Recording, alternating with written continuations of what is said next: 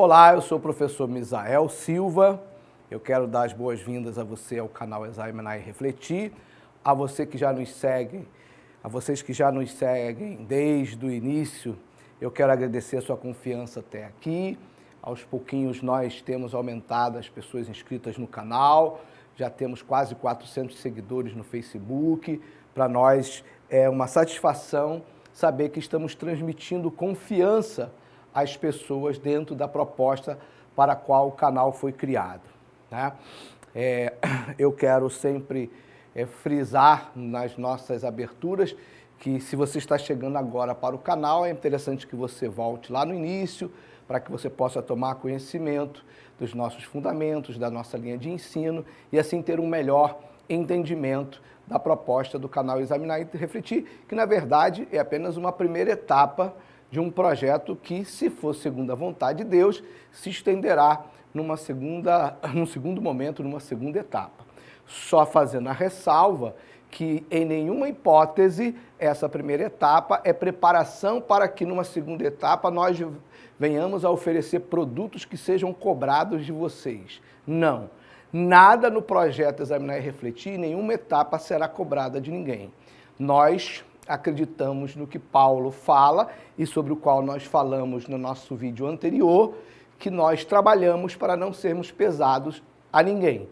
Fazemos o nosso trabalho com exaustão, trabalhamos noite e dia, não que pessoas não sejam dignas do seu salário, que assim seja, segundo a Bíblia, mas pelo que nós já falamos aqui, é apenas um meio de suprir as necessidades, não é para a formação de patrimônios, nem para ostentações que a Bíblia defende que o obreiro seja digno do seu salário. É só você voltar a algumas reflexões que você vai entender melhor o que a gente está falando. Bem, seja bem-vindo, você que já nos acompanha, muito obrigado. E agora vamos para mais uma reflexão do canal Examinar e Refletir.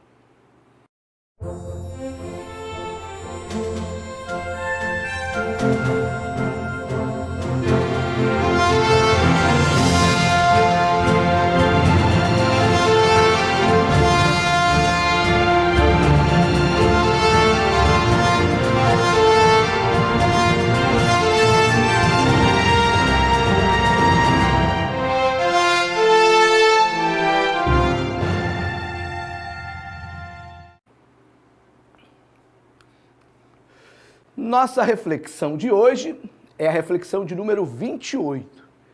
Bem, nós entramos aí numa série de construções de exames e reflexões, né?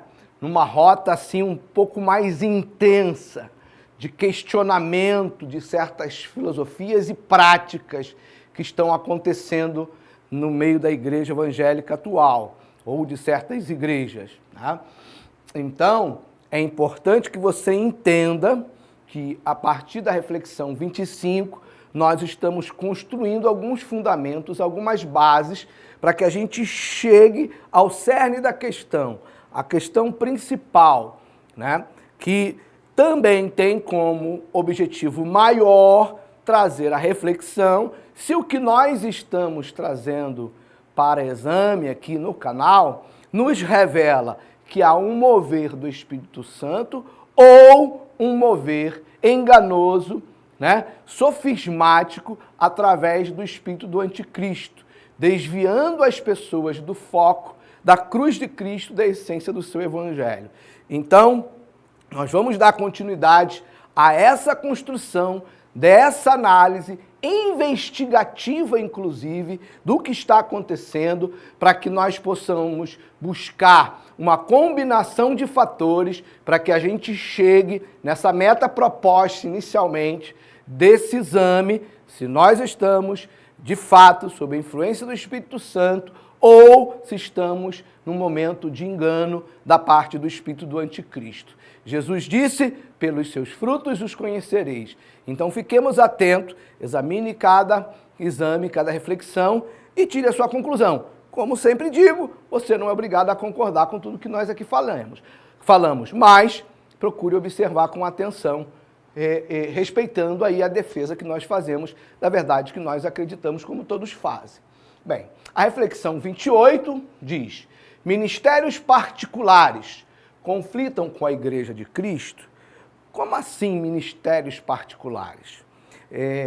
Tem sido um fenômeno já de algum tempo, não é de hoje, não. A manifestação de pessoas, né, que talvez, eu também já falei sobre isso aqui, por conta de algumas lacunas, por causa talvez de algumas, quem sabe, de alguma omissão em termos de liderança eclesiástica, começaram a ocupar determinados espaços e trazer para si uma referência, né, particular do ponto de vista ministerial.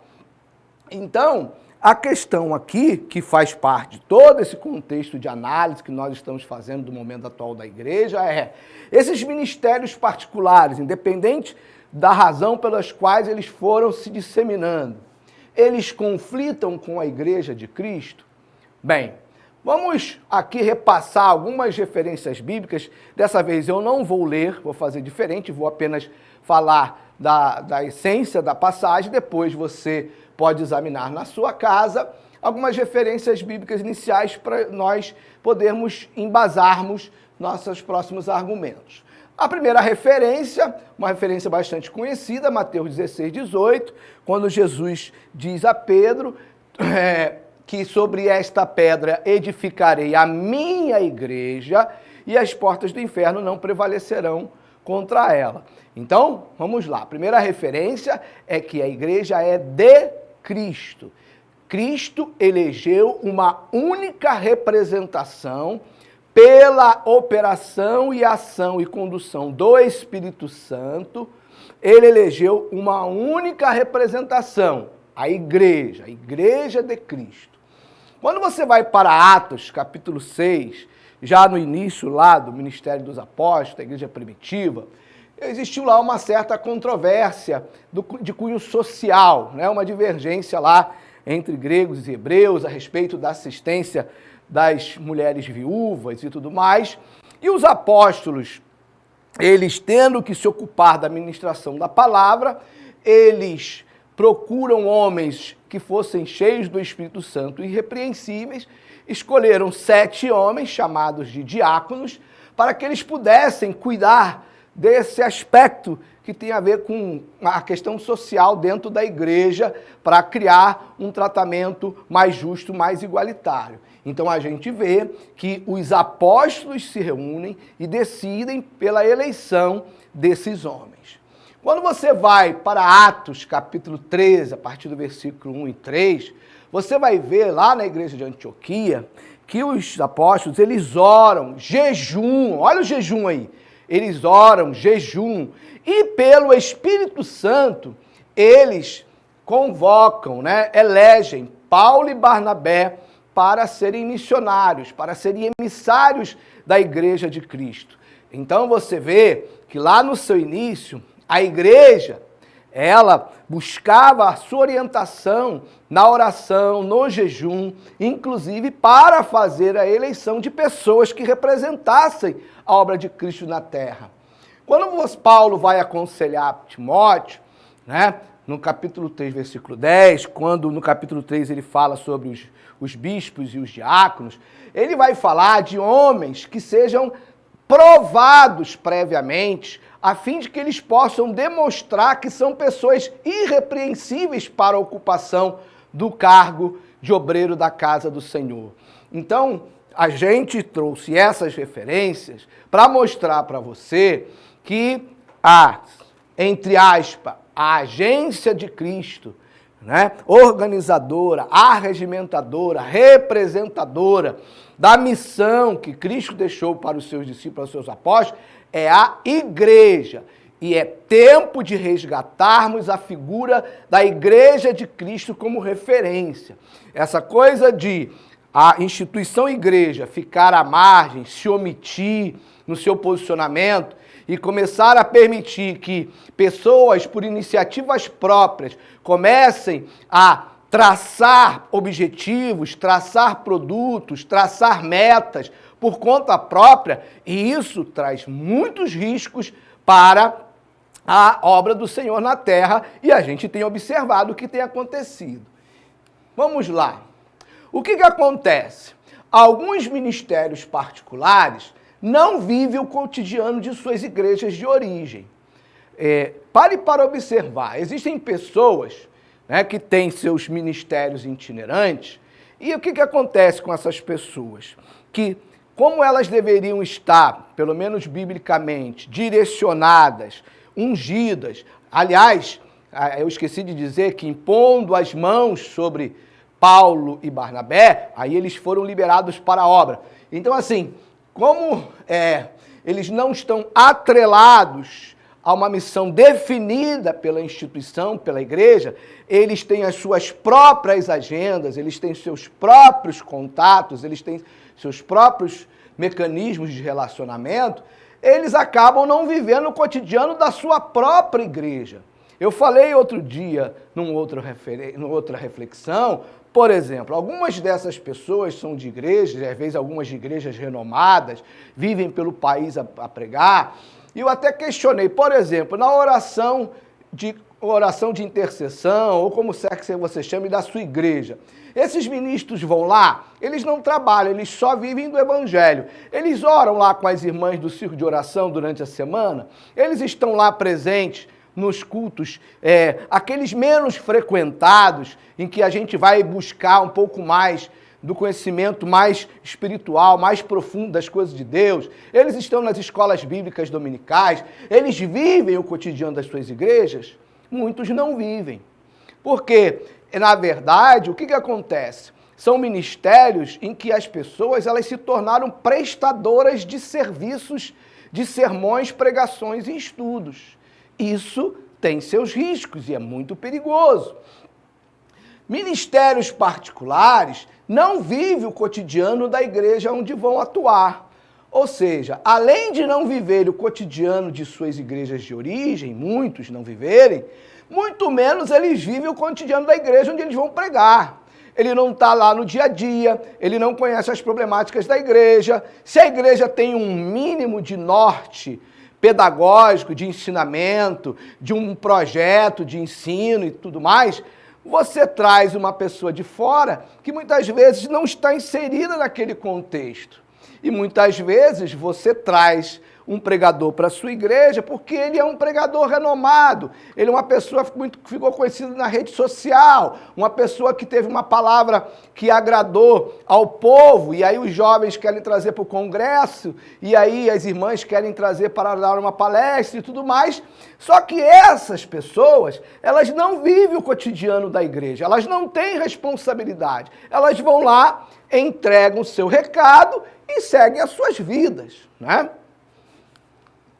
Quarto lugar, ministérios particulares condicionam-se financeiramente, o que é outro perigo, o que é outro problema. A Bíblia diz que o dinheiro por tudo responde.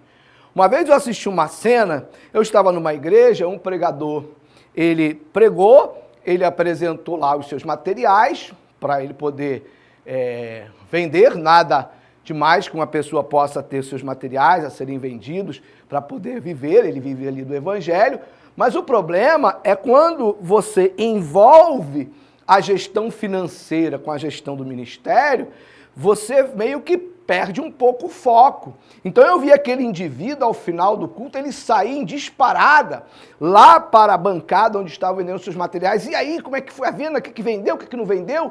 Ou seja, quando o obreiro deveria estar a serviço de uma determinada igreja, sob a administração de uma determinada liderança evangélica, e aí, de repente, a serviço dessa igreja ser remunerado pela igreja, não, ele tem que viver em função daquilo que ele vende. E isso vira um negócio. E aí, a satisfação dele vai estar associada também ao resultado financeiro que aquilo gerou, né? É complicado essa coisa de você exercitar um ministério condicionado a resultados financeiros que aquilo possa lhe trazer, ou mediante o que se chama de ofertas, ou até mesmo de venda de determinados produtos, né? E é interessante, se você for nas redes sociais, você vai ver lá agora, virou moda, várias pessoas com ministérios particulares, oferecendo agenda aberta, telefone tal. Por que essas pessoas estão fazendo isso? Né? Qual é a consagração que essas pessoas obtiveram para exercer tal ministério? Qual o respaldo que ela possui? Qual o interesse que ela tem? Ela espera receber alguma coisa em troca por estar fazendo isso? Então, você tem lá uma onda de gente se oferecendo, porque cada vez está mais comum, né, as pessoas aí pregando em função de ofertas, né? E aí é uma outra questão que a gente vai falar mais à frente, né? Ministérios particulares estão criando meios de arrecadação paralela de doações. Outro dia eu deparei na internet com uma publicação de uma determinada pregadora, onde ela criou um mecanismo de doações para o seu ministério. Não estou dizendo que a pessoa está fazendo isso por má intenção, está lhe faltando dignidade, nada disso. O problema é como isso está se disseminando de tal forma que você está desconfigurando o projeto original de Cristo centrado na igreja. Paulo vivia na dependência da ajuda dos irmãos da igreja, né? A igreja estava presente no ministério de Paulo, de Barnabé, de Silas, de Estevão, né, que era um diácono da igreja. Então, assim, essa coisa de você começar a ter pessoas com autonomia e isso se propagando e havendo omissão das lideranças evangélicas e não havendo posicionamento, uma conivência com isso, isso pode se tornar muito perigoso. Ministérios particulares estão confundindo estar a serviço do reino de Cristo com prestação de serviço privado. É isso que acaba acontecendo, não estou dizendo que seja com todos os casos. Mas quando você mistura serviço e dinheiro, e você faz em função do dinheiro que você recebe, né? E você faz disso uma rotina e você torna-se dependente daquilo, né? Você começa a confundir estar a serviço do reino a ser um prestador de serviço. Porque agora você vai ter que fazer a manutenção do seu carro, você tem que fazer a manutenção do seu vestuário, você quer comprar uma casa, você quer viajar, você quer, né, buscar certos objetivos materiais na sua vida, o que, no ponto de vista do reino secular, da vida social, nenhum problema. Mas volto a dizer, nós estamos falando de reino de Cristo, filho. Nós não estamos falando de reino deste mundo. Nós estamos falando de um exercício, de uma prática que tem como referência simplesmente Jesus Cristo, simplesmente um tal de apóstolo Paulo, apóstolo Pedro, apóstolo João. Você não está aqui numa referência de mercado. Você está no reino de Cristo. Uma coisa são as leis sócio-jurídicas deste mundo presente. Tudo bem, aquilo que é legitimado pelo mundo é uma coisa. Agora, aquilo que vem dentro do sistema jurídico do reino de Cristo, aí é outro papo, filho. Jesus disse, o meu reino não é deste mundo. Se alguém quiser vir após mim, negue-se a si mesmo, toma a sua cruz e siga-me. Seguir a Cristo. Seguir o modelo dele. O reino dele é diferente. Olha o que a gente falou lá atrás sobre Paulo dizendo, aqueles que compram sejam como se não comprasse. Aqueles que se utilizam deste mundo como se dele não abusasse. A identidade do cristão, ela é no fio da navalha, filho. Viver o evangelho de Cristo, ninguém disse para você que era fácil, não. Ninguém disse que era fácil viver o evangelho de Cristo. Oitavo, ministérios particulares crescem de forma independente, adquirem popularidade e usam essa condição para investimento em negócios cujo conteúdo e propósito são inerentes ao papel da Igreja de Cristo. Nós vamos falar melhor, bem mais aprofundado, com mais elementos concretos a esse respeito aqui, filho. É para abençoar a vida dos irmãos, é para abençoar a vida das famílias, é para abençoar a sua igreja. Mas, eu falei em outro vídeo, CNPJ empresa privada é empresa privada. É visão, o objetivo é lucro, filho. Mas eu tenho direito de fazer um negócio. Tenho direito de fazer um negócio. Mas você fazendo uso do conteúdo, de propósitos inerentes à Igreja de Cristo e transformar isso no negócio, pera lá. Calma aí, isso aqui tem dono, filho. Chama-se Jesus Cristo. Aqui tem regra. Reino de Cristo é outra história. Você quer ser empresário, você quer ser negociante? Vá ser empresário e ser negociante. Problema nenhum. Quer usar a Bíblia como negócio? Quer usar propósitos referentes à igreja como negócio? É um direito seu. Mas não vem para cá chamar isso de ministério, não. Não vem para cá enganar as pessoas dizendo que quer fazer isso para abençoar as pessoas. Tá? Essa questão de ser abençoado é muito relativa. Eu posso ser abençoado pelo meu patrão, posso ser abençoado pelo meu vizinho, que nem crente pode ser, e sou abençoado. Cuidado aí com esse jogo de palavras. Olha lá o sofisma. Olha o que Pedro fala. E por avareza farão de vós negócio com palavras fingidas, sobre os quais já de largo tempo não será tardia a sentença, filho. É reino de Cristo isso aqui, rapaz. Isso aqui não é bagunça, não. Isso aqui tem Senhor e tem prestação de contas. No reino de Cristo tem prestação de contas. Você pode estar em dia com a receita, você pode estar em dia com as suas obrigações legais no mundo secular, mas aqui no reino de Cristo a peneira é outra, filho. Alguns chegam a se tornarem formadores de grande patrimônio privado. E vou repetir aqui a fala do reverendo Hernandes Dias Lopes. Qual foi o testamento deixado por Paulo pelos apóstolos? Quais foram os bens que eles deixaram para as suas gerações futuras, filho? Uma coisa é você receber. Jesus recebia ajuda das mulheres, recebia ajuda para as suas necessidades, não para fazer patrimônio, não para comprar carro de colecionador, filho. Usando o nome de Jesus Cristo.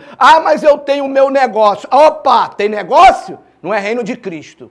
Eu tenho a minha empresa. É empresa? Não é reino de Cristo. Vamos começar a botar as coisas nos seus devidos lugares. Vamos parar com enrolação. Vamos parar com sofisma. Vamos parar com palavras fingidas. Vamos começar a colocar as coisas no seu devido lugar. Isso aqui é reino de Cristo, rapaz. Podem estar até em dia com a dimensão humana, mas aqui é reino de Cristo. Inscreva-se no nosso canal, ative o sininho para receberem nossas notificações e os avisos de novas reflexões e deixe o seu like. Muito obrigado. Não perca, de forma alguma, as próximas reflexões. A água continua fervendo, já está entrando em ebulição. 100 graus de temperatura. Fique conosco.